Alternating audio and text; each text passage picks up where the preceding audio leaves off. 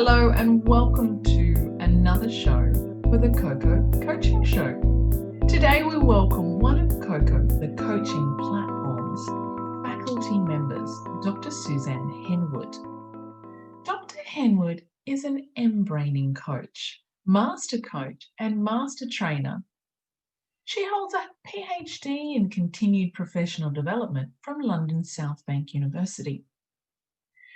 Dr Henwood has also authored a number of publications and books, my favourite of which is the activity book for children, Being Awesomely Me, which helps children to explore how to use their head, heart and gut to love life. Dr Henwood has a wealth of other qualifications, including being a trainer and master practitioner of Neuro-Linguistic programming. She's certified in Acceptance and Commitment Therapy, ACT, and its advanced version, Focused ACT. Dr Henwood is qualified in Refocusing Counselling, Solutions-Focused Brief Therapy, as well as Heartmath Practitioner, Master Practitioner of Timeline Therapy and Hypnotherapy, as well as having a Foundation Level 1 certificate in Polyvagal Informed Therapy and Existential Coaching Certificate. So many things I've never heard of. Dr Henwood is the founder of mBraining Global, an organisation committed to making available mBraining tools, practices and resources, as well as teaching people the basics of how to most effectively use mBraining as a transformative tool.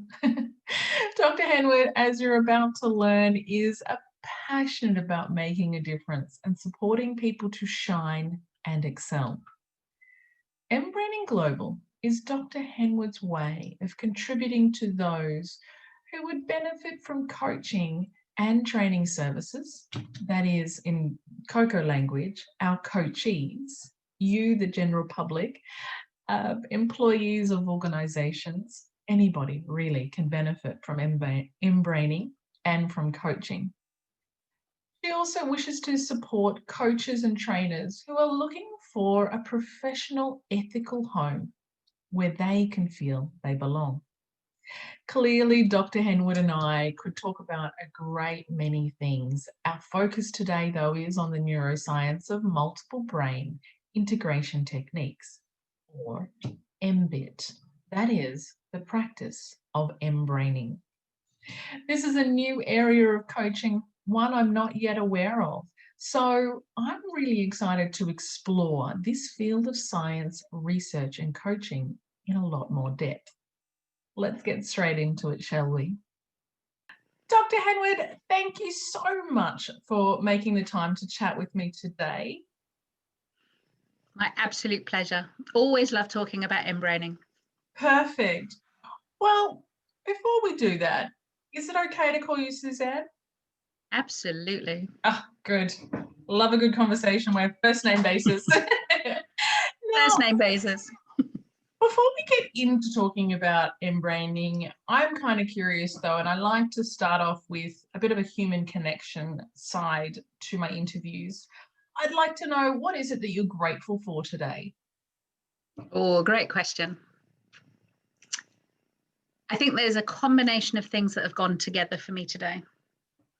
I'm so lucky to live in New Zealand, where we are relatively stable within COVID environments, where I have relative freedom to get out and about.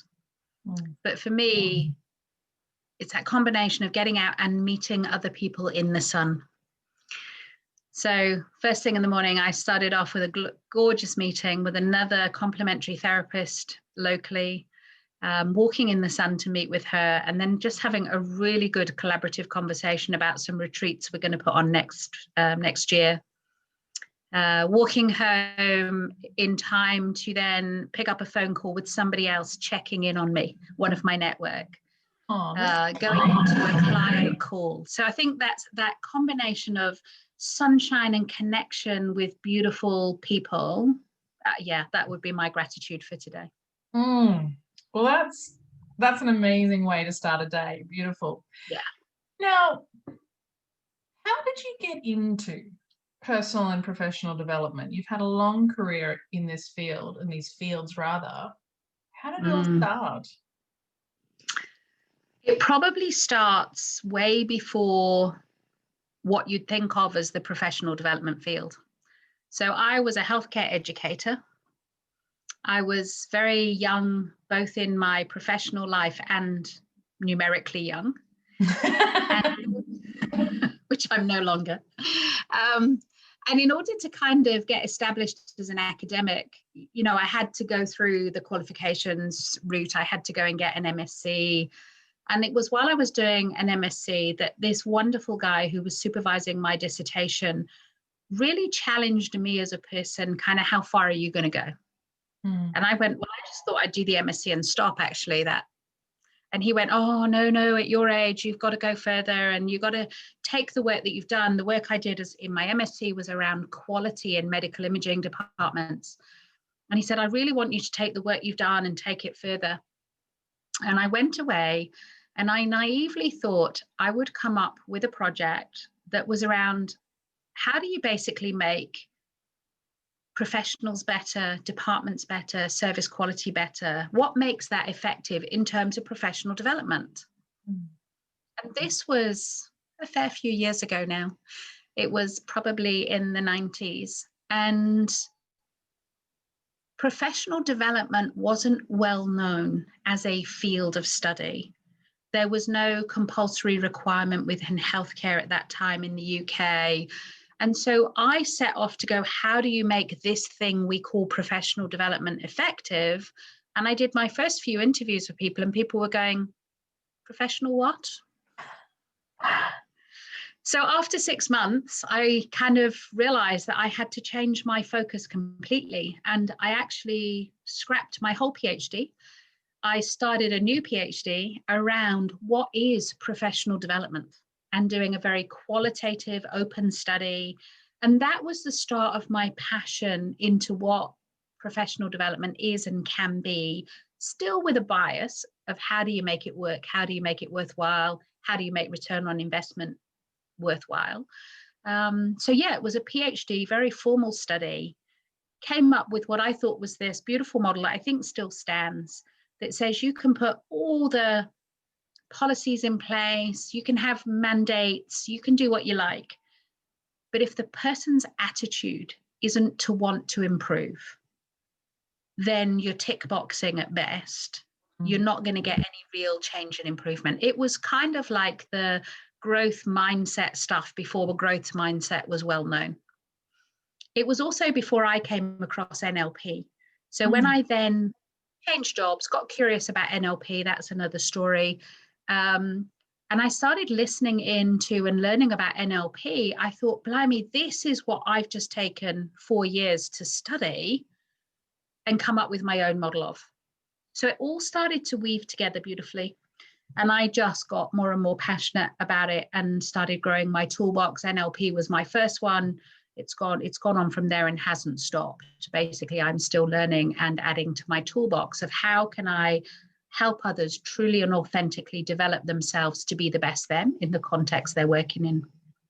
Long answer to a question. No, but what it does offer, and I can certainly appreciate, NLP started my journey as well as a coach, and it's one of the first modalities, which I call like tools in the toolbox, that got me really, first and foremost, working on myself. And then obviously as a coach, if you don't understand how to be a coachee, if you don't understand yourself and how to work on yourself, you're not going to be a very good coach. No. And NLP taught me multiple perspectives of self, and it taught me how to clear out all the crap in my history, and to think I'm very much in my head, and I'm sure we'll get to talk about what that means. But it's because I'm in my head all the time. I'm full of stories. But I'm also very intuitive as a coach, and I I quite often am very good at reading and understanding a situation of what somebody says and how they describe, and I get to the core of what they're experiencing. And it's interesting to see the response to that in the way people work with me, because I get right in there really quickly and they're like, oh, Yeah. I think sometimes I need to actually slow down, take them on a journey until they get used to me at least, and then they start asking for it. Now that I've spoken about sort of talking about being in my head, let's actually elaborate. What is MBIT? What is mBraining? What's it all about? Where did it come from? mBraining actually came out of NLP. So the foundations of it are very much in NLP. Both of the guys that developed it were NLP gurus, and they went back to some of the original work, and where we talked about olfactory and gustatory, it was all there in the original NLP. But somewhere down the line, it became quite a head-based model. It was about the thinking process. How do we model what we think, what we believe, as if beliefs are all held at head level as well. Now, it's changed enormously in the last 10 or 20 years, NLP, and there's many people now working somatically or in the field, look at Diltz's work. So there's definitely a shift. But what Grant did so beautifully, Grant Suzulu is really the core developer of mBraining. Phenomenal academic. I have never met anyone and I've spent my 25 years in academia. I spent a decade as an associate professor. So I've been with so-called intelligent people, and I had never met anyone like Grant. And what he did was read everything he could get his hands on. Once he got wind of the fact there might be more to these multiple brains, he read all the research he could. He brought together a hugely diverse set of literature, and he started saying, there is clearly a heart brain and a gut brain, but nobody's bringing them all together in one model. So when I'm coaching a person, I either use this model of head or this model of heart or this model of gut, but nobody said what happens in a system where you've got all of those working sometimes beautifully together, sometimes in open conflict with each other. And he took 5 years to gather the research, go and role model, behavioral model, and then create mBit, which is multiple brain integration techniques, a suite of tools to use. And then came out into New Zealand. The first ever course was in New Zealand in 2012, where he then launched this new model of mBraining, which is the process of using your multiple brains. Very much in a coaching framework. Initially, it's spread a little bit now, but it was very much within that coaching framework. And I got involved through another NLP trainer. And if I'm honest, I went because I was being downright nosy. So I was in a really difficult work environment. My NLP skills and the other tools I had at that point were making no impact whatsoever.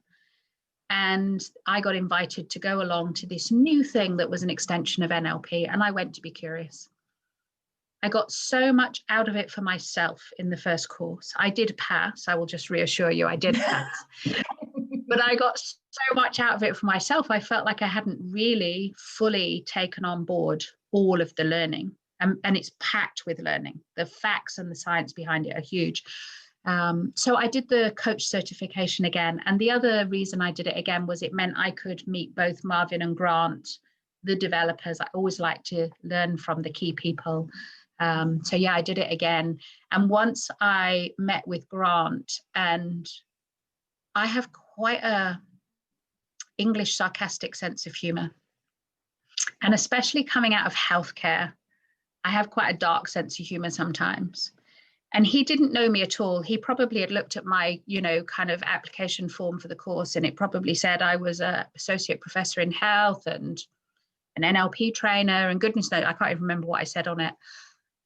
And in the break, on about day 2, I went up to him and I just said, hey, really interested in this stuff. Love the fact it's all evidence-based, research underpinned. I said, have you heard about the new research that diarrhea is hereditary? He went, no, I haven't. Tell me. I said, yeah. It runs in the genes. Oh, that's terrible. What it did was cement a friendship. Oh my God, that's brilliant. We just hit it off from that moment. And from there, I you knew. do realize that we're now besties because of that joke. That is brilliant. Sorry. It is a dreadful joke, but it was kind of so mbit and so just, you know, in terms of me being able to be completely deadpan and pretend I'm talking about research and dull geeky stuff and then bring in my humor, which it does get a little bit naughty at times. So we started to just kind of build our passion for research, passion for pushing this further. When I heard what his vision was for mBraining, so in that second course that I did, and I must make a dreadful student because I obviously wasn't concentrating on what I was supposed to be doing. And I looked at him and caught his eye was over to the left of me. And I said, Grant, what's this all about? Because this is not just a 4-day coach cert, right? There's something bigger here that you haven't yet shared with us. He said, yeah, and he smiled and you could see him weighing up whether or not to go overt. And he said, now we know about neuroplasticity and we know that we can change the physical structure of the brains. I want to change the structure of every brain on the planet to be more wise and compassionate. That's exactly what my mouth did. When I heard him say that, my jaw dropped and I'm like going, who on earth has a vision that big? And now that I know him and I'd already got this relationship with him, I couldn't do anything other than go, count me in. Who wouldn't want a world that is more wise and compassionate at a structural level? So it's real, it's raw. It's not fake, it's not pretense, it's not Pollyanna, it's not, you know, think pink fluffy clouds and the world will be okay. And I just said, I'm in. And from then on, I went to learn trainers training from him and Marvin in Australia, in Melbourne, actually. And from there later got invited to step up as a master trainer alongside Grant.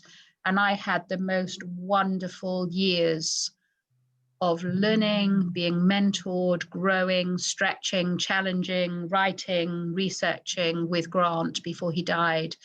And it's been the most marvelous time of my life. It really has. And I am now left with a beautiful model that I use respectfully and passionately to honor the work that he did to get us here. Amazing. Wow. I almost felt like saying, count me in too. This is amazing work. This is incredible. Now, we talked then, you mentioned that it is techniques and tools. What I'm curious is for the regular person from our general public, from employees, but also people who are just curious about coaching or who have potentially been to counselors or been to psychotherapists and they're just not getting anywhere. What does this solve? Let's maybe break it down into the different brains to understand, firstly, I guess, what are their differences, but also how do they work together and what problems do they solve? What's the tangible solutions? And I'm sure there's a plethora and we'll never get through them all in this short conversation. But yeah, I think just what's in it for me? Why would I go to an MBIT coach? Yeah, absolutely. And it is a huge, like that question is massive in terms of what you've just asked. So let me try and give you like the executive summary version of it. So first and foremost, it's not mBraining calling them brains. The scientific literature has called the heart and gut brains.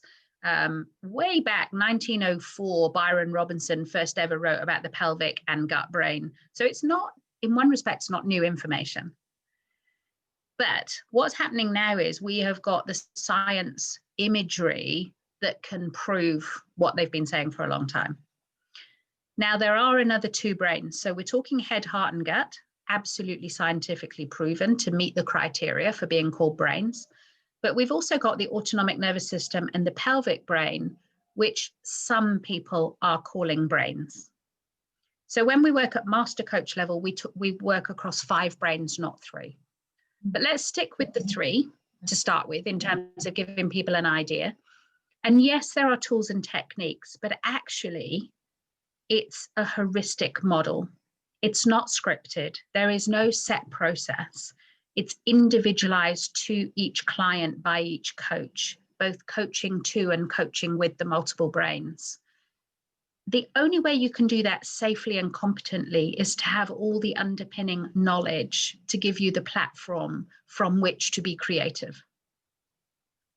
So that's why people need to learn the basic underpinning science. When some people say, oh, just tell me, I'm an experienced coach, just give me the 5-minute version and I can go and teach mBraining. I'm like going, yeah, bless, you've got no idea.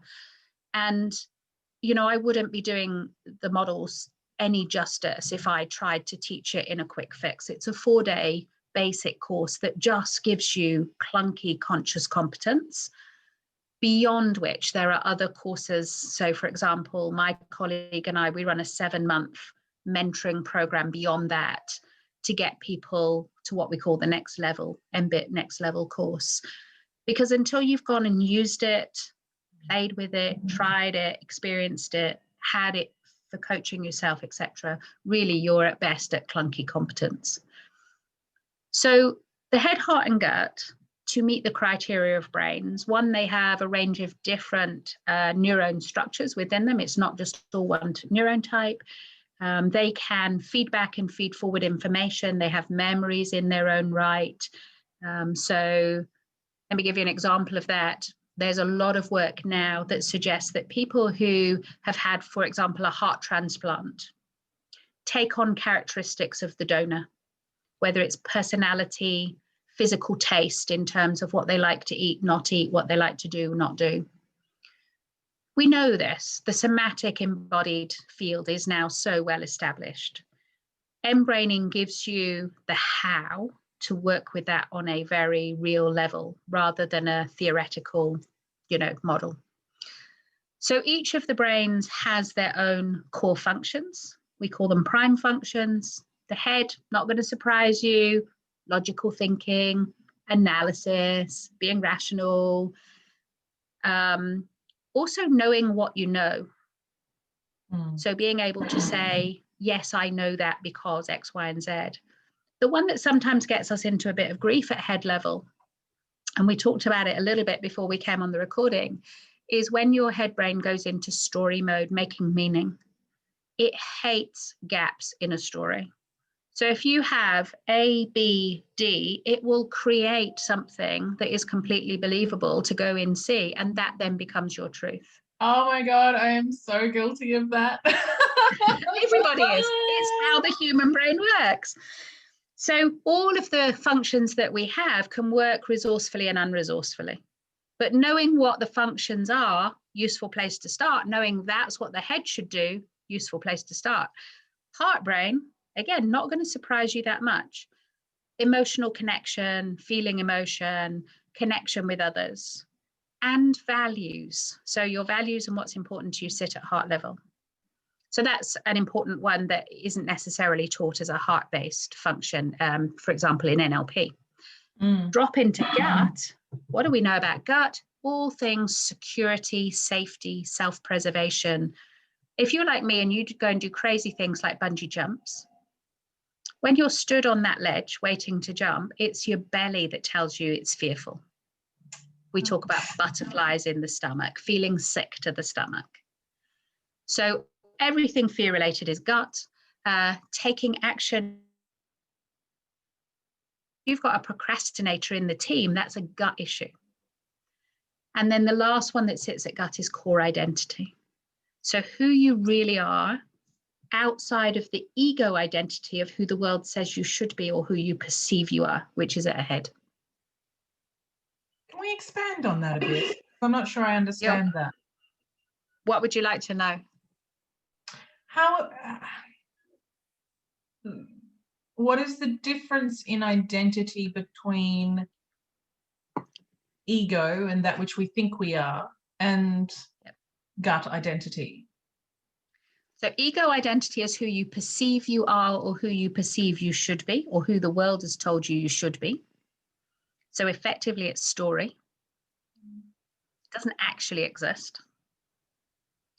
Gut identity, core identity, is the core of who you are. If you go right back to gut function, it's to eat food, to absorb what's going to become part of you, and to eliminate what's not going to become part of you. Okay. So it's a physical, somatic self, who you truly are, who you have been right from almost day one, in terms of, if you look at how a baby develops, the gut brain develops before the heart brain, which develops before the head brain. So you exist as a gut brain before your head has even been developed. Can we walk through a scenario where we put that in action?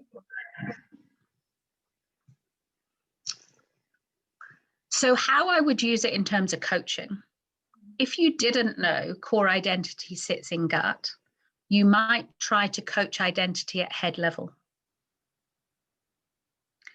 You could come up with a new head-based belief. You could come up with a new story.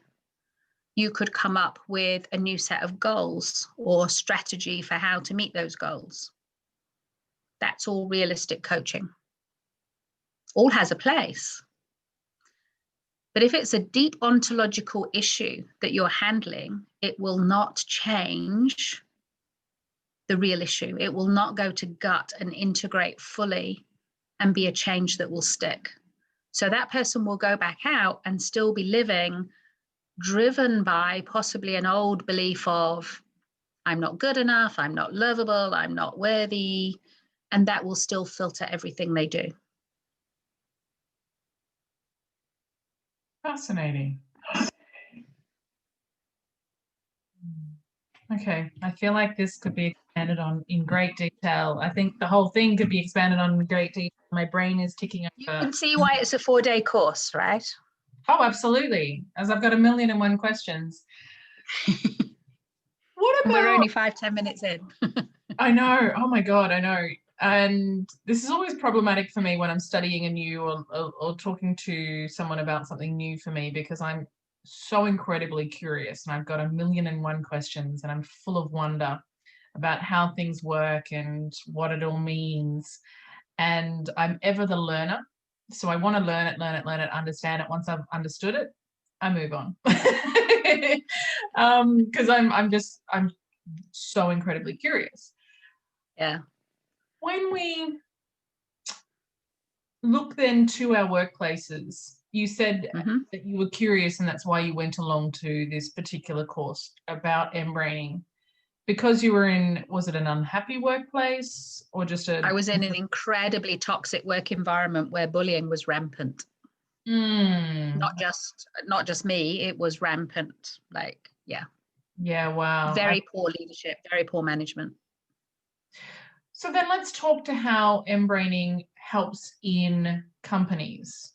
So assuming it's HR or learning and development or a department head that would introduce mBraining into a company, how does mBraining support organizations and professional development?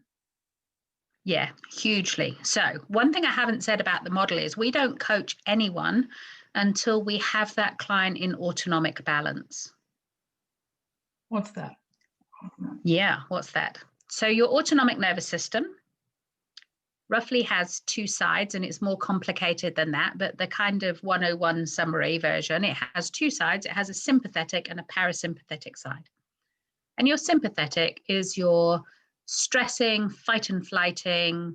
It's what will respond in a moment if you feel under threat, very quick acting, very mobilizing. It will make you do something to sort it out.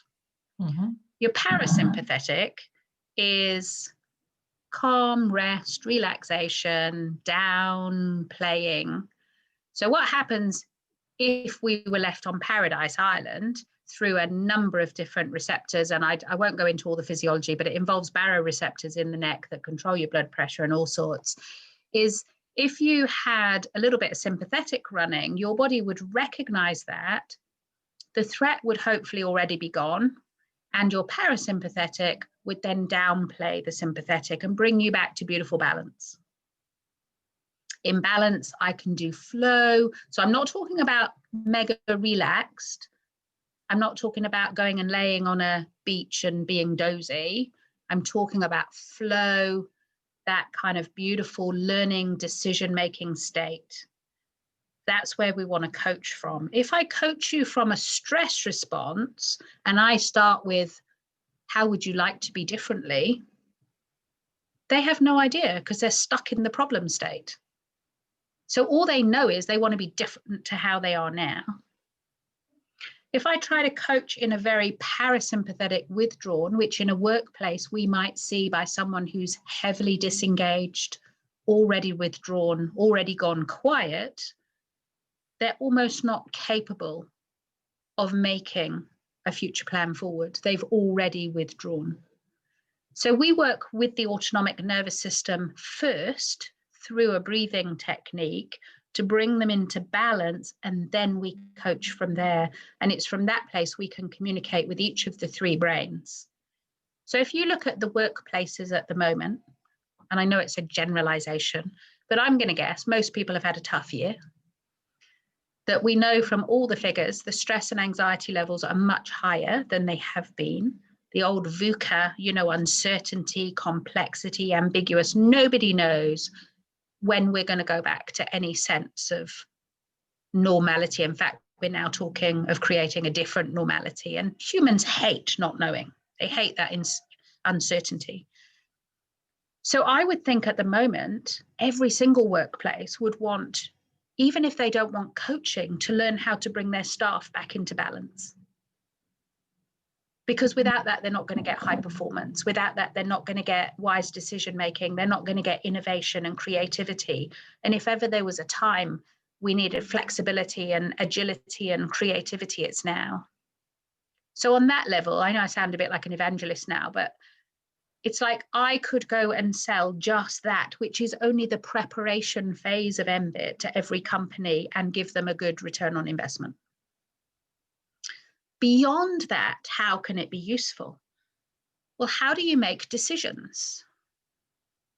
How do people make the best decisions?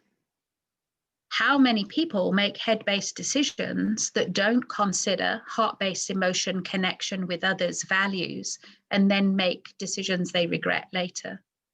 How many make decisions and then don't link with the gut to their courage to be able to implement and see through those decisions? So Grant and I took about 4 years creating a psychometric tool to measure which brain people are making decisions from. About 60% of the people in the study didn't know, could not identify accurately which brain they were making their decisions from, because it was just what they did. It was routine and normal. They didn't even contemplate. And then we can teach them how to make good, integrated, wise decisions that involve all of those intelligences. Wow. So again, I could go and sell mBraining to any company and get good ROI, because how much does it cost you making poor decisions? If we start talking change, managing change, why does change often not work? It's because it's not managed across all three brains. It's not integrated. It's not wise decision-making. It's not wise change. If I look at the cost of mental health, disengagement, active sabotaging within a workplace, if I put my therapeutic hat back on, I don't believe anybody's problematic. I believe they're behaving in a way in response to something that's happening in their environment.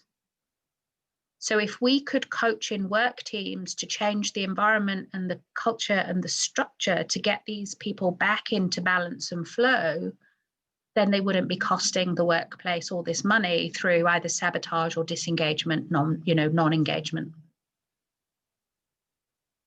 Wow. So for me, it's a no-brainer. Interesting terminology. That would, we need to go into every workplace. Really, I would love every child to learn this stuff so that they know how to regulate their own emotions. We talk of emotional intelligence, but we don't give people all the skills to know how to work with that. I agree with that. So let's start teaching kids. I've got a pile of little things here I thought may or may not be useful. So this is a book that I oh yes, I mentioned that in my introduction, being awesomely me. Such a great so little... it's just a way to teach kids that they have a head, heart and gut brain, that through fun, through activities, that they can begin to be more aware. And kids are beautifully aware, and then we knock it out of them.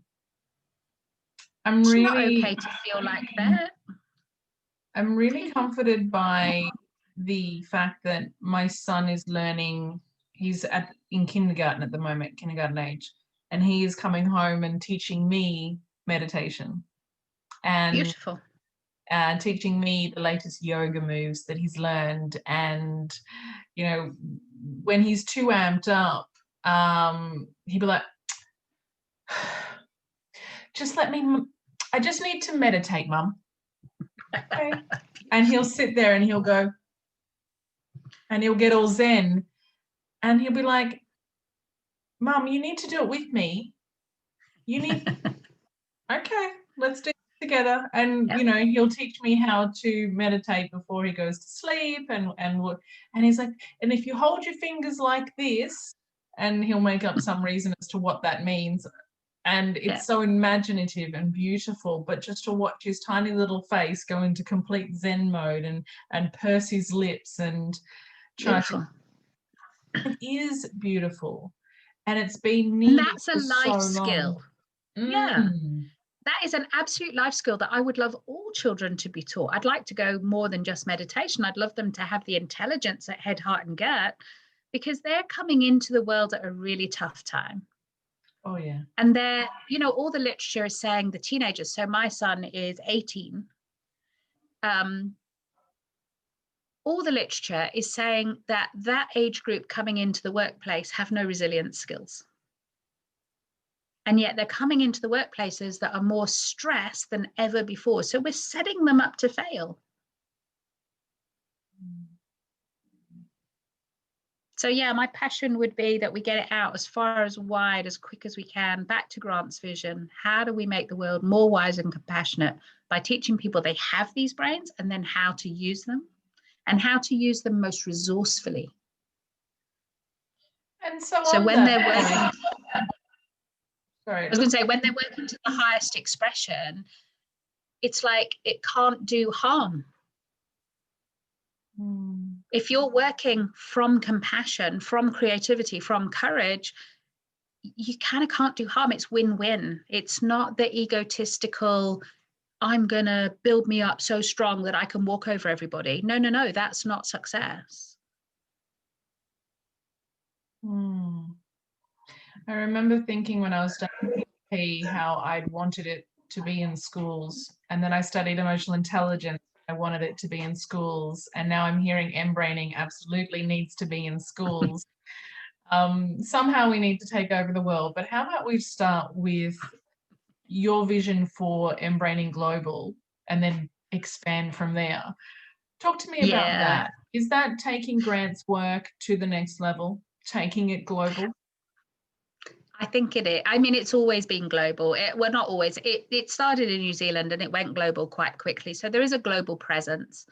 I think what mBraining Global does for me is it makes sure Grant's vision, Grant's values, Grant's character stays at the core.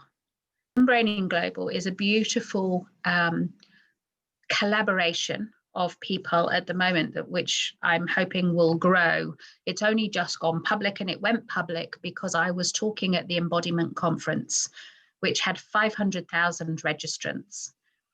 And I thought, even if just a small percentage of those people are interested, we need to have a platform we can direct them to that is not just me, because this is way bigger than me. So I wrote out to the people who are already in close relationship with me. So they've either done my next level course or they come regularly to my Global Wisdom support call. So it was a monthly thing until COVID hit, and then it's been weekly to support people through that time. And we also, within COVID, set up mBrainingtheworld.com, which is just a free set of resources, stress tools, multi-mindfulness tools, multi-mindful coloring tools, all sorts of stuff.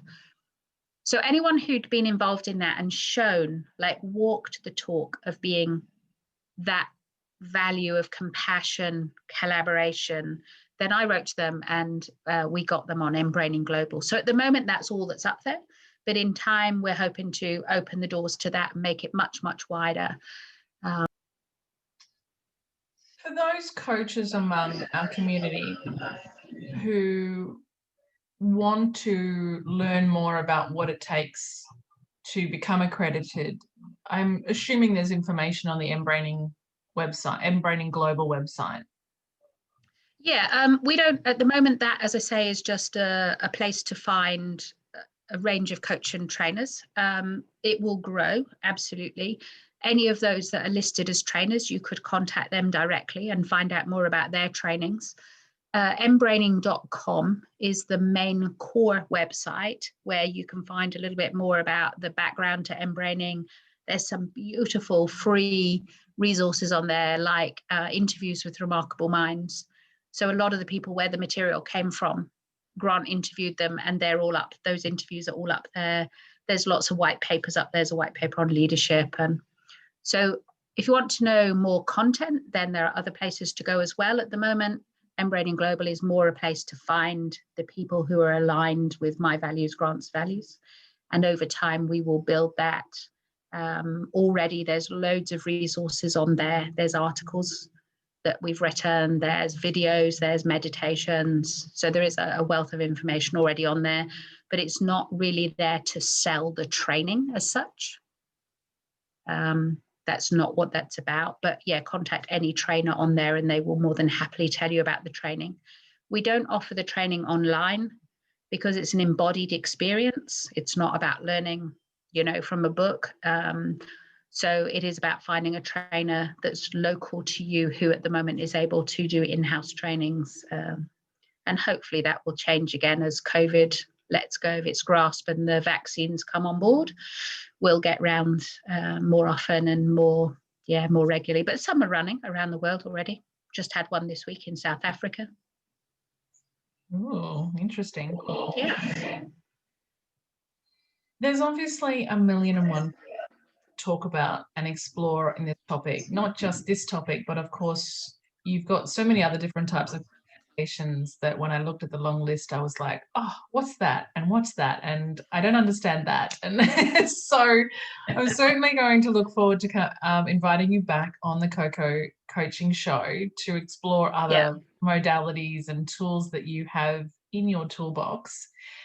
But before we finish up, other than I guess what we've talked about, what else would you add to the topic of mBraining that would get somebody to go, I really want to be coached by an MBIT coach? They would solve this problem or this particular issue for me.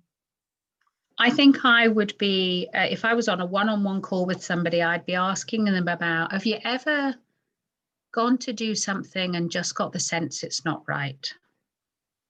Have you ever, there's a beautiful piece of research about women that got attacked, and 98% of them said they knew they shouldn't walk where they walked, and their head rationalized it would be okay. I'm going, what is that about? Do you get that? Have you ever been in a meeting going to a vote and you've wanted to vote one way or another, not fully understood why?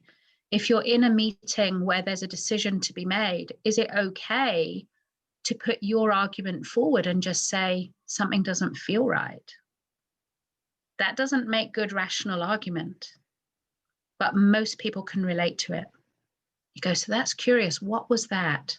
If that was your heart and all your heart is a mechanical pump to pump blood and oxygen around the body, Curious. In fact, if you think of someone you deeply love and you just place your hand where you feel that love, almost guaranteed people are going to do this. They're not going to go, oh, it's my limbic brain. So they put it over their hearts. And then you go, that's really curious. So as you feel what that feels like to love that person, if you just move your hand a few inches to your left shoulder, how does it feel?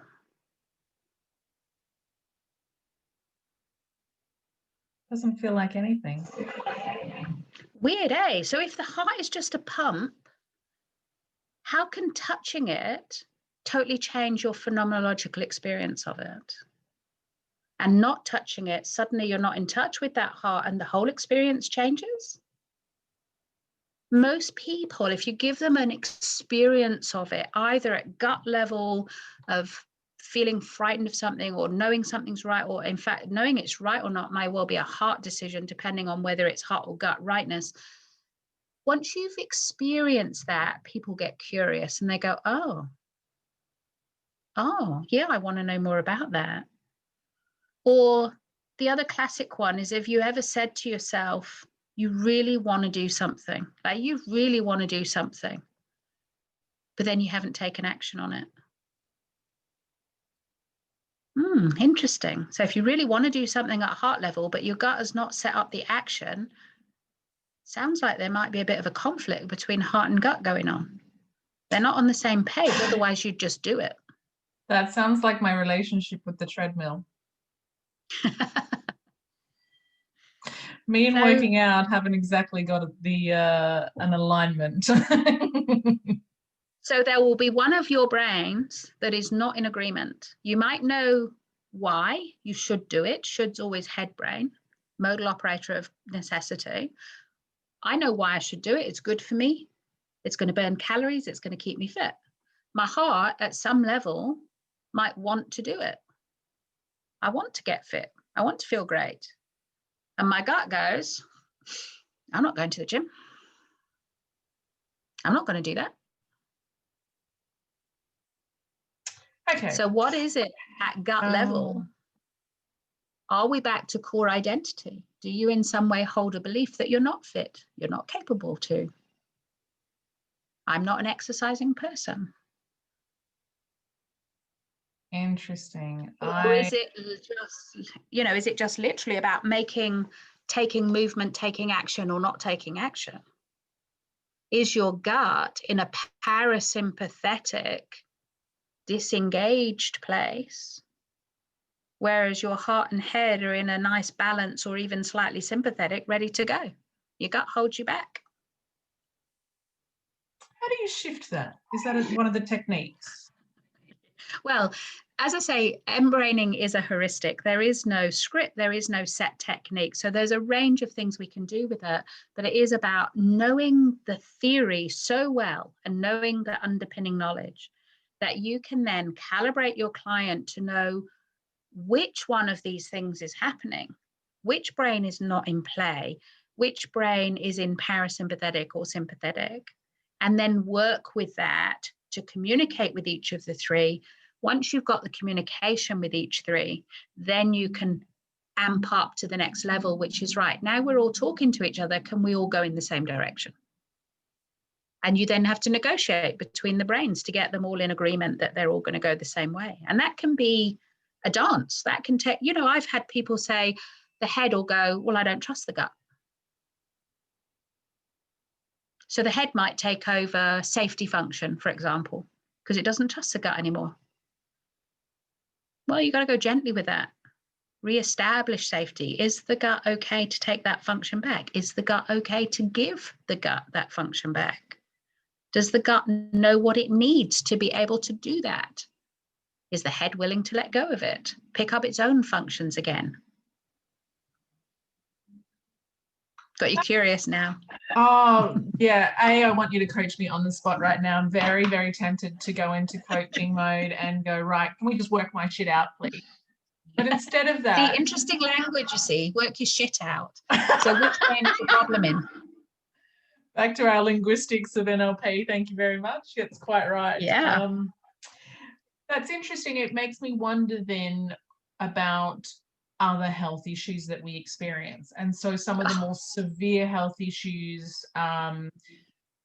you know, diabetes or cancer or any like heart diseases, like, so when we're talking about physiological problems with our body, how does that relate to the three brains and the study of 100%. mBraining? Well, even more so the 5 brains, if you include the autonomic nervous system, 100% right there. And then, of course, you've got to go scopes of practice.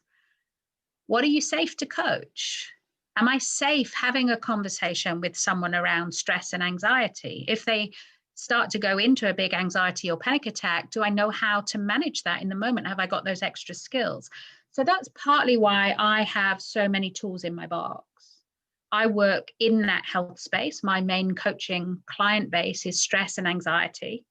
And often they are people who have got stress and anxiety who have then got a physical complaint, who go to their GP with the physical complaint, and he says, I think actually it's stress and anxiety. You need to go and see Suzanne.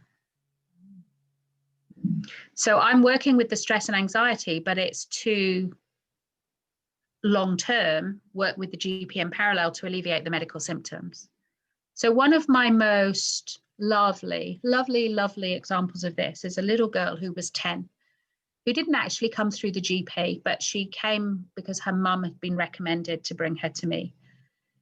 She'd had hundreds of tests to rule out chronic abdominal pain, and they could find nothing physically wrong. So they deemed it must be some allergic reaction, response to food. So this poor kid is not only poorly and in pain, but she can't go to parties. She can't sit and have a normal lunch with her friends at school. She's dreadfully miserable, and she's got really bad tummy pain. I checked out that everything had been checked out, that there was nothing medically that needed dealing with. And I saw her once and we did some basic, we didn't even really do mBraining. We did the preparation for mBraining, which is this autonomic balance. And I taught her through her breathing how to balance her system. I left her with a little bit of NLP, kind of anchoring, future pacing, asked her to go home and draw herself a picture that she left everywhere of her happy place when she feels completely great. It was unicorns and rainbows, which I have to laugh because I often use that as a derogatory, I don't do unicorns and rainbows type therapy. And she came back to see me once more and her pain level had dropped enormously. And I said to her, how clever she was that she had done that in a week. And would she like to get it down to nothing? And she said, oh, yeah, but I'm not sure what else to do. I've done. And I said, all right, we'll come up. And we came up with a few more plans. But fundamentally, on the way out the door, I said to her, so when will you know is the right time to let the pain go completely? And she said, well, I think it's when mum gives me my last tablet. And I said, oh, and I didn't know. I assumed it was some form of vitamin self-medication because she was not on any medical tablets. I had no idea how long she'd been on them or how big a pot her mum bought. And therefore she might have to go another 90 days before she reaches, because she said when she gives me the last tablet. And I said, oh, okay. So when you go home, you can find out how long that's going to be and let your mum know so she doesn't bother buying the next bottle and, whatever, great. And as we're walking down the corridor to walk back to mum, I said, oh, I'm just thinking, what if mum makes a mistake? She said, what do you mean? I said, well, what if mum gives you the last tablet tonight? So picks the last tablet out the bottle tonight. She said, oh, I don't know. I said, no, nor do I. It's fine. Just let me know how you go and we'll talk again. I didn't hear from them for 2 weeks. And I rang the mum and I said, look, I don't want to harass you and chase you, but I'm just checking in with how she's doing. And, oh, I should have rung you. She's completely back to normal. She's back to school. She hasn't been in the sick bay. She's eating normal food. She's got herself back and she's happy. Fundamentally, all I did was work with her autonomic nervous system to balance her system. So I never claim I can heal medical conditions, but I do say I'm an expert in working with stress and anxiety. And if you think that's even part of your issue, we'll work on that and we'll just see what happens to everything else. Wow. So yeah, how does it fit to health and wellness? I think it's fundamental to health and wellness. Absolutely fundamental. And again, the more we can teach people this so that they can self-regulate, so much more I could tell you and won't because I'm aware of time. But yeah, I think it is fundamental in teams, in leadership, in workplaces, in engagement and performance, in health and well-being, in living life fully and vitally and with joy. And then I coach a lot of people on a spiritual realm as well, in terms of their faith structures and connecting with their God with all of their brains, rather than doing a head brace connection. And then they feel like, I don't know, something's missing. I haven't got a relationship with God. No, because you're trying to do relationship from a head level. Relationship comes from gut level. And who you are you Christian, Muslim, Buddhist, whatever your I am statement is, comes from gut level. So spirituality to me is a whole body experience.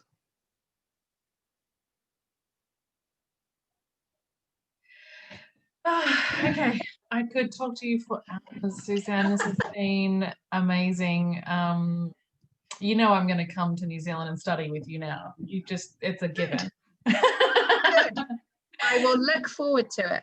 Oh, this has been beautiful. So I have one more question for you, and it has nothing to do with the topics that we've talked to before, but it is a little bit of a fun question because it gets to the heart, I think, of what heart. There's a nice word. I'm going to be thinking about these head, heart, and gut brain. You'll hear it everywhere now. Oh, I will, especially since you've called me out linguistically.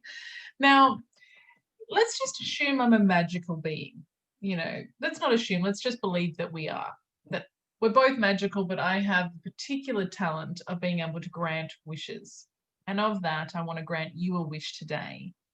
And I would ask that this wish not be for you directly. What would that wish be? Would it be someone you would wish it for, and why? I don't know that it's any one person. I think it would be for humankind. That they can so reconnect with themselves that even when life is bloody awful and hard, that they could still connect with head, heart, and gut and have compassion both for themselves and for the other person. It's easy to do compassion with good people. If as a human race, we could learn how to do that with the difficult people, we'd change the world overnight. So that would be my wish, is that we find a way to be truly compassionate to everybody else. And we change how we do relationship. What a beautiful wish. And you've just said you can grant it, so no pressure, but Well, with the work of CoCo, mBraining, the faculty of which you're a member for CoCo, we are certainly well on the way of creating a multi-nodal network of solutions that just make and that's what it's about, right? It's that collaboration. The multi-nodal is, if anyone thinks they've got all the answers, they're part of the problem. So while I've raved about mBraining today, because that was what we were talking about, I hold a variety of different tools in my box, all of which I rave about. I only do techniques that I love and that I believe have a science basis to them. So yeah, if only we could do that genuine collaboration, and me hold up your excellence and hold up somebody else's excellence, we'd know that there would always be someone who could solve anything. But it might not always be me. But in a competitive world, I try and go, oh, we've got to let go of that old world model of competition, money focus, status focus, ego focus. Got to let go of it. I certainly believe that higher consciousness we've got to achieve, we've got to get towards, that is something that is each person's responsibility. And the seeds are planted and the trees are growing, and I can see the branches extending.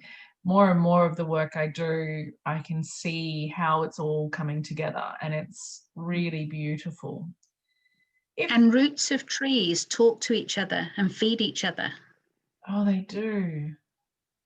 So while we're an individual tree and we're responsible for our well-being as that tree, we're also responsible for those around us. So there's a sense of needing to do it collaboratively at the moment, because we're still in that transition phase. I know I'm falling short in some of this. And so I work with people who I can collaborate with, who share my values, who I can make a difference with. But real change will come when we can all do that with the difficult people outside of our tribe. You're right. And that's as much to me saying that to me, because I'm, I'm still on that journey. Suzanne, thank you so much for the time that you've gifted us today. If members of the CoCo Coaching Show community have questions for you, how can they get in touch? Either through mBraining Global or through my own website, mbrainingforsuccess.com. There's an email connection there. You can email me direct, Suzanne@mbrainingforsuccess.com.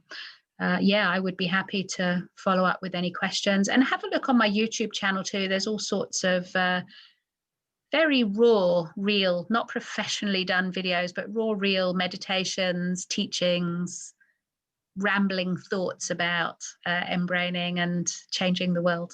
So feel free to go and stalk me. Beautiful. And of course, Suzanne is on LinkedIn. I'll be tagging her in our videos, so connect with her through LinkedIn as well. Thank you once again, Suzanne. This has been a wonderful conversation. So many ideas, so many ways to go, but this is beautiful. Thank you.